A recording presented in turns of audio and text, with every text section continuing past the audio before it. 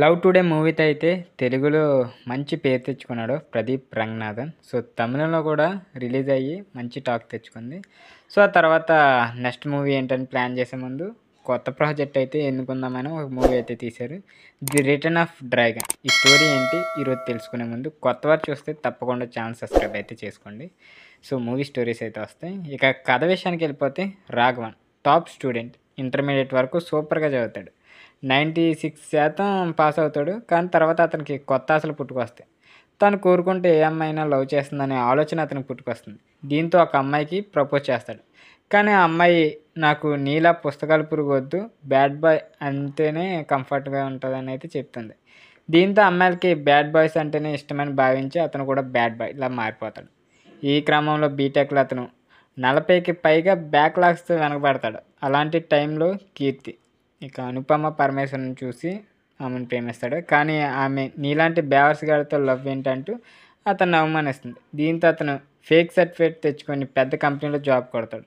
ఆ తర్వాత పల్లవి అనే పెద్ద బిజినెస్ మ్యాన్ కూతురుతో పెళ్లి సెట్ అవుతుంది. పెళ్లి సమయం దగ్గర పడటంతో అనుకున్న టైంలో రాఘవన్కి అయితే అతనికి కాలేజీ ప్రిన్సిపాల్ వద్ద పెద్ద షాక్ ఇస్తాడు. దీంతో అతనికి జాబ్ పోయి పెళ్ళి ఆగిపోయే పరిస్థితి వస్తుంది. ఆ తర్వాత ఏం జరిగింది అనేది మిగతా స్టోరీ.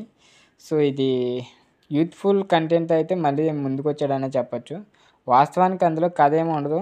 ప్రేమికులు తమ ఫోన్లో మార్చుకుంటే ఎలాంటి పరిణామాలు ఎదుర్కొస్తే అనే మూవీ మనకి లవ్ టుడే అయితే చూపించారు. సో ఈ చిన్న లైన్తో అయితే ఆ సినిమాని తీశారు. వాస్తవానికి కథ లేకపోయినా స్క్రీన్ ప్లే, మ్యూజిక్ బాగానే చేసింది. సో ఇప్పుడు ఈ రిటర్న్ ఆఫ్ ద డ్రాగన్ కూడా ఇతను డైరెక్షన్ అయితే కాదు, కానీ ఓం ఈ కడవులే ఊరి దేవుడ వంటి సినిమాలు తీసిన అశ్వత్ మారిముత్ దీన్ని డైరెక్ట్ చేశాడు.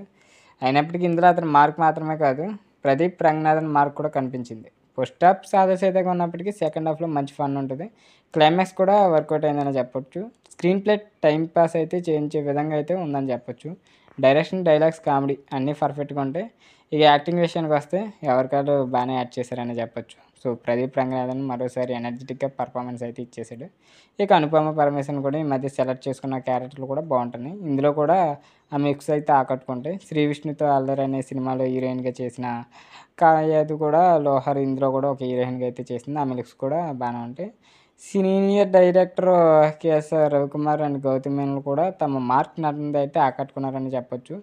మిస్కిన్ వంటి తరగానే అయితే బాగుంది. మొత్తానికి ఈ సినిమా అయితే యూత్ని ఆకట్టుకునే ఎలిమెంట్స్ అయితే ఉన్నాయి.